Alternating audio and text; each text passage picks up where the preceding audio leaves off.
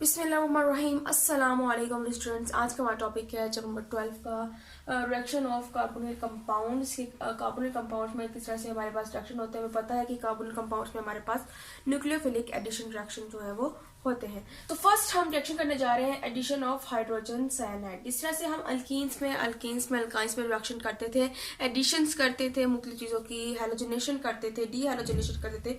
इस तरह हम कार्बोनिल कंपाउंड्स में भी क्या करेंगे, इस तरह से रिएक्शन करेंगे। सो हम कहते हैं कि जब भी हम हाइड्रोजन साइनाइड को एडअप करते हैं इन अल्डिहाइड्स और कीटोन्स, तो हमारे पास क्या जनरेट होता है, हमारे पास सियानोहाइड्रीन जो है वो बनते हैं। ठीक है, इसके अलावा हम कहते हैं कि किस तरह से हमारे पास ये बन सकते हैं। सो हम जो रिक्वायरमेंट की बात करते हैं उसमें हमारे पास आ जाती है जी सोडियम साइनाइड जो है। इसके अंदर हम क्या कर रहे होते हैं, स्लोली मिनरल एसिड जो है वो एडअप कर रहे होते हैं। ठीक है, और इसके प्रेजेंस में हमारे पास क्या हो रहा होता है, सारा रिएक्शन हो रहा होता है। सोडियम साइनाइड के अलावा अगर हम HCl चाहें, ठीक है, हाइड्रोक्लोरिक एसिड जो है वो भी हम यूज कर सकते हैं, या फिर इन दोनों के प्रेजेंस में हम क्या कर सकते हैं, मिनरल एसिड को स्लोली एडअप करते जाएंगे। सो एज अ रिजल्ट हमारे पास सियानोहाइड्रिन्स है वो प्रिपेयर होते हैं। ये हमारे पास क्या है, हाइड्रोजन साइनाइड। इसको हम एडअप करेंगे किसी भी अल्डिहाइड्स में। ठीक है, वो फॉर्मल्डिहाइड भी हो सकता है। इसके अलावा किसी भी कीटोन में, जैसे कि एसीटोन है हमारे पास। सो इससे हमारे पास जो रिक्वायरमेंट जो हमारे पास है, मिनरल एसिड को सोडियम साइनाइड में डालते रहना है, और इस तमाम केसेस में फिर हमारे पास जो चीज बनेगी वो होगी सियानोहाइड्रिन्स। ठीक है, अगर हमने अल्डिहाइड के अंदर हाइड्रोजन साइनाइड डाले तो हमारे पास अल्डिहाइडिक सियानोहाइड्रिन्स होंगे। अगर हमने कीटोन में या फिर एसीटोन में डाला है तो हमारे पास एसीटोन सियानोहाइड्रिन्स जो है वो प्रिपेयर हो जाएंगे।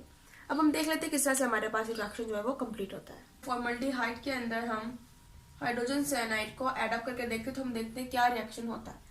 हमारे पास फॉर्मल्डिहाइड का यह फंक्शनल ग्रुप है, जिधर सेंट्रल कार्बन जो है साइड पर डबल बॉन्ड O है।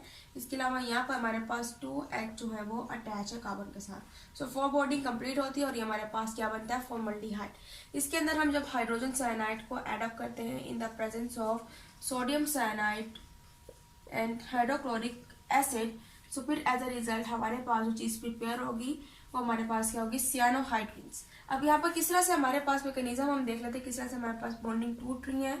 सो जैसे ही हम यहाँ पर जो बॉन्डिंग है वो ब्रेकअप हो जाएगी तो यहाँ से हमारे पास जो CN है वो जाकर अटैक कर देगा कार्बन पर, क्योंकि अब अपने इसका इलेक्ट्रॉन जो है अपना इलेक्ट्रॉन लेकर जाएगा कार्बन के पास। अब कार्बन के पास इतनी वैलेंसी है तो नहीं कि वो एक और बॉन्ड बना ले, तो उसको एक बॉन्ड तोड़ने की जरूरत पड़ेगी, और वो एक ये ऑक्सीजन के साथ वाला जो बॉन्ड है वो तोड़ देगा, कि वजह से ऑक्सीजन के पास अपना इलेक्ट्रॉन आ जाएगा और कार्बन के पास अपना इलेक्ट्रॉन आ जाएगा, जिसकी वजह से कार्बन साइनाइड के साथ इजीली बॉन्डिंग कर पाएगा। इसके अलावा ऑक्सीजन जो है अब इसके पास एक लोन पेयर रह जाएगा। अब ये ऑक्सीजन जो है इसके पास एक इलेक्ट्रॉन लोन पेयर रह जाएगा, जिसकी वजह से ये अनस्टेबल रहेगा। लेकिन जब इसको हाइड्रोजन नजर आएगा कि हाइड्रोजन जो अपना इलेक्ट्रॉन लेकर यहाँ पर बैठा हुआ है, सो वो क्या कर लेगा, इसको अट्रैक्ट कर लेगा। अब जो हमारे पास चीज बनेगी वो क्या बनेगी, हम देख लेते हैं। हमारे पास एक कार्बन था, ठीक है, यहाँ से हमारे पास हम कहते हैं कि ये जो बॉन्डिंग थी यहाँ पर O है, और O ने क्या कर लिया, H के साथ भी जो अपना इलेक्ट्रॉन था उसके साथ क्या कर लिया, बॉन्डिंग बना ली। मीन्स कि यहाँ पर हमारे पास अब OH ग्रुप जो है वो मौजूद है। इसके अलावा यहाँ पर हमारे पास साइनाइड जो है वो क्या है, अटैच है विद कार्बन। अभी हमारे पास क्या बन गई है, हमारे पास बन गई है फॉर्मल्डिहाइड सियानोहाइड्रिन्स। सो अब हम इसको एसिटल्डिहाइड में एडअप करके देखते हैं। एसिटल्डिहाइड का हमारे पास जो फंक्शनल ग्रुप है वो है C डबल बॉन्ड O, एक साइड पर सेंट्रल कार्बन के साथ ऑक्सीजन अटैच है, जबकि यहाँ पर हाइड्रोजन और एक साइड पर एक कोई भी अल्काइल ग्रुप जो यहाँ पर हमारे पास अटैच हो सकता है। ठीक है, तो यहाँ पर CH3 जो मैंने यहाँ पर अटैच कर दिया है। इसके अलावा यहाँ पर हम क्या करेंगे, हाइड्रोजन साइनाइड को एडअप करेंगे इन the presence of sodium cyanide and hydrochloric acid. ठीक है, सो अब इधर क्या होगा जी, वही हमारे पास मैकेनिज्म है, बॉन्डिंग टूटेगी। सबसे पहले ये बॉन्डिंग टूटती है जो मजबूर कर देती है इस कार्बन को ऑक्सीजन के साथ एक बॉन्डिंग तोड़ने पर। जैसे ये बॉन्डिंग टूटती है, ये इस कार्बन के पास अपना इलेक्ट्रॉन होता है, इस हाइड्रोजन के पास अपना इलेक्ट्रॉन होता है। अब ये अनस्टेबल रहना नहीं चाहते हैं, ये वाला कार्बन इस कार्बन के पास जाता है, और ये कार्बन जो है यहाँ से एक बॉन्डिंग जो है वो तोड़ देता है, जिसकी वजह से इसके पास अपना इलेक्ट्रॉन आ जाता है और इसके साथ इजीली बॉन्डिंग बना देता है। जबकि ये ऑक्सीजन जो इसके पास भी अपना इलेक्ट्रॉन होता है, ये इस हाइड्रोजन को अट्रैक्ट करता है और ये हाइड्रोजन जो है ऑक्सीजन की तरफ मूव कर जाता है। अब ये जो हमारे पास चीज बनेगी वो बनेगी जी CH3, यहाँ पर अटैच था, यहाँ पर H है, जबकि यहाँ पर हमारे पास दोबारा से OH ग्रुप बन जाएगा यहाँ पर, और यहाँ पर हमारे पास क्या चीज है, साइनाइड। अब वो फर्क क्या है कि यहाँ पर हमारे पास एक अल्काइल ग्रुप अटैच हो गया है, जिसकी वजह से ये हमारे पास क्या बन गया है, एसिटल्डिहाइड बन गया।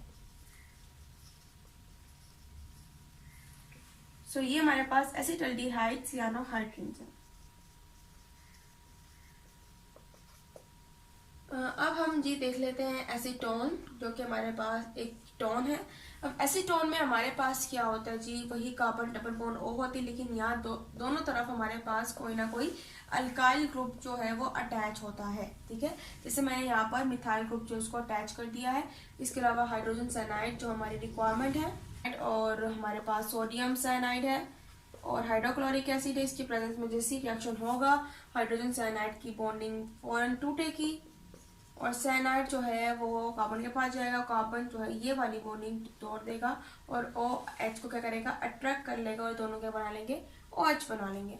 अब इस केस में हमारे पास सिंपली फर्क यही आ रहा है कि अब हमारे पास दो अल्काइल ग्रुप जो है यहाँ पर अटैच हो गए, और क्योंकि ये एसीटोन में हमने साइनाइड को ऐड किया था, इसलिए जो हमारे पास चीज बनेगी वो क्या होगी, एसीटोन सियानोहाइड्रिन।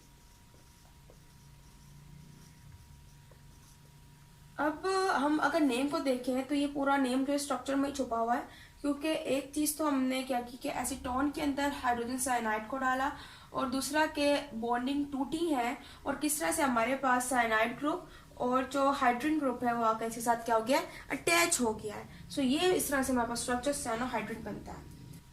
तो अगर हम इस साइनाइड की अलग से बात करें तो इसका स्ट्रक्चर हमारे पास होता है C�BN, जबकि यहाँ पर कार्बन के पास एक और वैलेंसी होती है कि वो क्या बना सके, बॉन्ड बना सके, क्योंकि आपको पता है कार्बन 4 बॉन्ड्स बनाता है और नाइट्रोजन 3 बॉन्ड जो है वो बनाता है। और जो साइनाइड ग्रुप होता है वो हमेशा एक एक्वस एसिड जो है उसके जरिए से क्या हो सकता है, हाइड्रोलाइज हो सकता है। तो इसलिए हमने यहाँ पर जो रिक्वायरमेंट्स थी हमारे पास सोडियम साइनाइड और हाइड्रोक्लोरिक एसिड की, वो इसलिए थी ताकि हम इसको क्या कर सके, हाइड्रोलाइज कर सके। हाइड्रोलाइज क्या होता है, हम बॉन्डिंग तोड़ देते हैं उसमें, ठीक है।